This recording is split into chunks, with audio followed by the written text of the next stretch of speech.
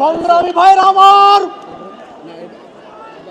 বাংলাদেশের মানুষ এক নতুন বাংলাদেশ চায়। বাংলাদেশের মানুষ জুলাইয়ের ঘোষণাপত্র প্রক্লামেশন চায়। বাংলাদেশের মানুষ নতুন সংবিধান পেতে চায়। বাংলাদেশের মানুষ সংস্কার চায়।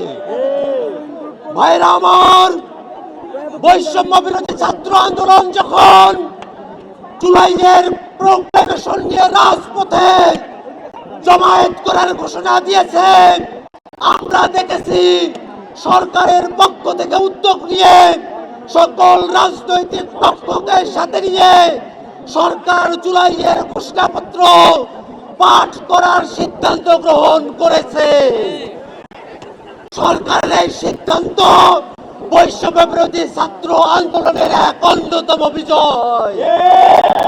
আমরা সরকারের কাছে দাবি জানাতে চাই, অবিলম্বে জানুয়ারি মাসের 15 তারিখের মধ্যে জুলাইয়ের প্রক্লামেশন ঘোষণা করতে হবে।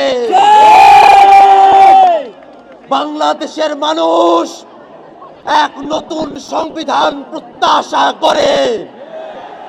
আমাদেরকে বলা হয় নতুন সংবিধান করবে, তার ম্যান্ডেট কোথায়? আমরা বলি নতুন সংবিধান নির্বাচিত প্রতিনিধিদের মাধ্যমেই হবে।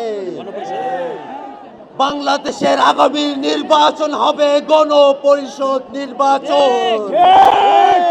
এই গণপরিষদ নির্বাচনে যারা জয়ী হবে তারা একই সাথে সংবিধান বিষয়ে সিদ্ধান্ত নেবে, নতুন সংবিধান প্রণয়ন করবে এবং আইনসভার সদস্য হিসাবে ভূমিকা পালন করবে।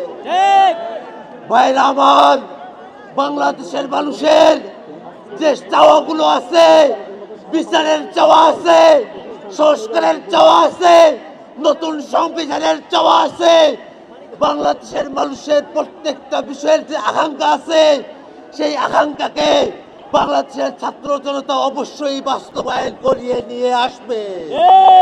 এই বলে আমি আমার বক্তব্য এখানে শেষ করছি। ধন্যবাদ সকলকে। বন্ধুগণ, এটা সাউন্ডটা বাড়াও না কেন? এই সাউন্ডটা বাড়াও, মাইকের সাউন্ড, এই মাইকের সাউন্ডটা বাড়াও, এই মাইকের সাউন্ডটা বাড়াও।